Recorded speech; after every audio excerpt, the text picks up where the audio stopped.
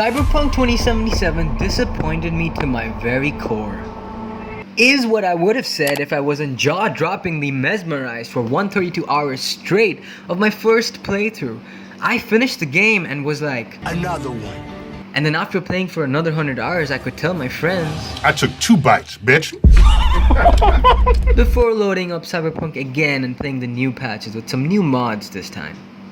Oh shit, here we go again. But while I was playing this visually groundbreaking ray tracing story that's gut-punching, over-advertising, huge undertaking and super fun, 85% finished game, I realized everyone who played Cyberpunk on an Xbox One, PS4 or a lower end PC was actually playing Fallout 76. $60 in the garbage. It's like whenever I like something, the internet decides it's the worst thing to ever happen to planet Earth. Honestly, every time I try to do something fun or exciting, you make it not that way. I wanted to pump the brakes on the hate with this game because there's plenty of negative crap about this game anyway.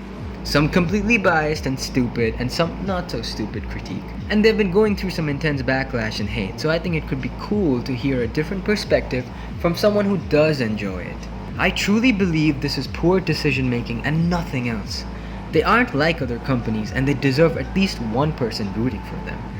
In a world where we get bad AAA titles left, right and center, I think it's important to support true developers who love the work. I mean, how can we criticize Cyberpunk 2077 so much when games like this exist? Firepower, lights and other items, and then you run wires that connect them all, and again, it just works. I mean, how can you stop? To make a game that makes sightseeing in this neon megalopolis provide just as much meticulous wonder as gawking at Keanu Reeves, Johnny Silverhand's perfectly imperfect skin and a totally insignificant minor character is completely breathtaking. It would go on to affect me in a way only The Witcher 3 could do many years ago. Man, I've really missed Geralt. Honestly, can't see what all those dames see in you. You're a stick in the mud. Pretty damn handsome stick, though. Playing Cyberpunk is really cool, even on the highest difficulty. It relaxes me. It's like yoga, except I still get to kill something. Cyberpunk 2077 is a next-gen game that requires next-gen hardware. It's the most detailed and immersive game I have ever played. Red Dead 2, Last of Us 2, and Uncharted 4 are a close competition. When you're walking down Night City at ultra graphics with a headset while it's raining or there's smog, maybe you're in Jig Street or on a rooftop looting legendary items, or in the Badlands or maybe even V's apartment peeking through the prison-styled window, which could only be a nod to Ghost in the Shell, I think to myself, wow, I love this city. And to wonder what the developers could have polished this game to be if they weren't forced to program this game on an old-gen hardware for the last year and a half. To think of the blood, sweat and tears that the developers had to go through to inject 20 cc's of passion and love to every inch and corner of Night City. To the big suit corpos at Sony and CD Projekt Red, I say, How dare you? how dare you even think to decide to publish this game on old rusty hardware where no future update could possibly even come close to depicting Night City as its night architects wanted. Also, if I see one more GTA 5 comparison, I'm gonna Loses their minds!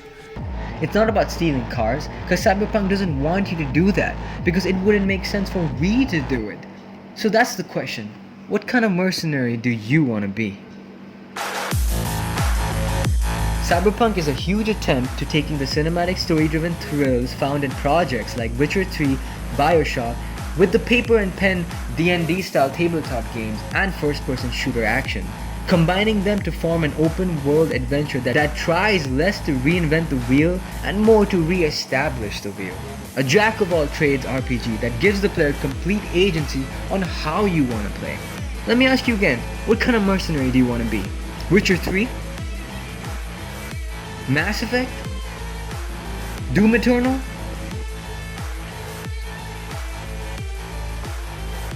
Deus Ex? Mirror's Edge?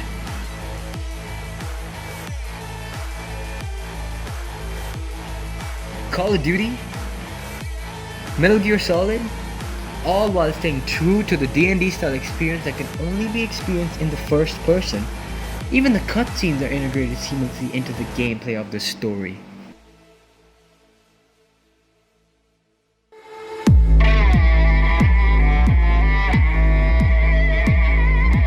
Experiencing a story of two main characters sharing the same mouse and keyboard was so much fun. Keanu Reeves, John Wick is trying so hard to become the main character and following my V through twists and perils of the main story that is widely connected and affected by side missions was really cool. And I love side missions.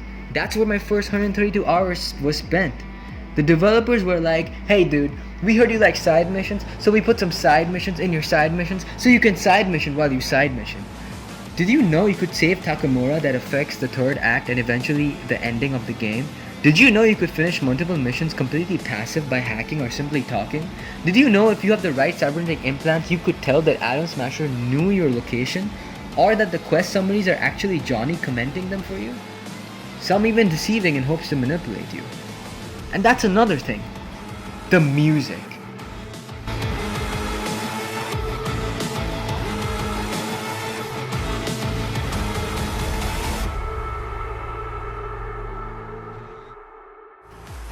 I've been playing video games for a long time. I like what I like and I passionately love what I love. And I think video games are more than a pastime. I think it's mankind's most artistic creation because it's the sum of all mediums: music, visual art, narrative storytelling, performance, and technological programming wonders.